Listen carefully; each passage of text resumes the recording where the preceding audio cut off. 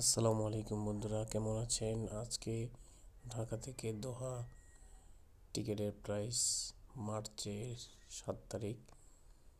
আমরা আজকে দেখব ঢাকা থেকে দোহা ওয়ান ওয়ে টিকিটের দাম। মার্চের 7 তারিখ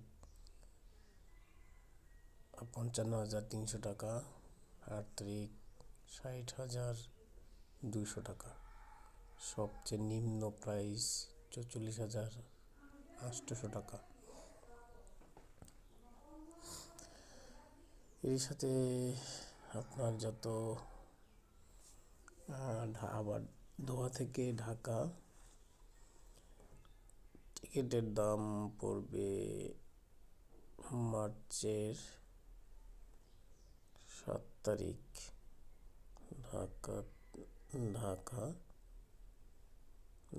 ঢাকা ওয়ান ওয়ে টিকিট মার্চের 7 তারিখ 14,700 টাকা, 8 তারিখ 14,400 টাকা এবং 10 তারিখ সর্বনিম্ন 13,900 টাকা।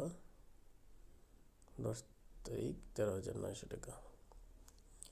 দাম কমতে পারে ও বাড়তেও পারে।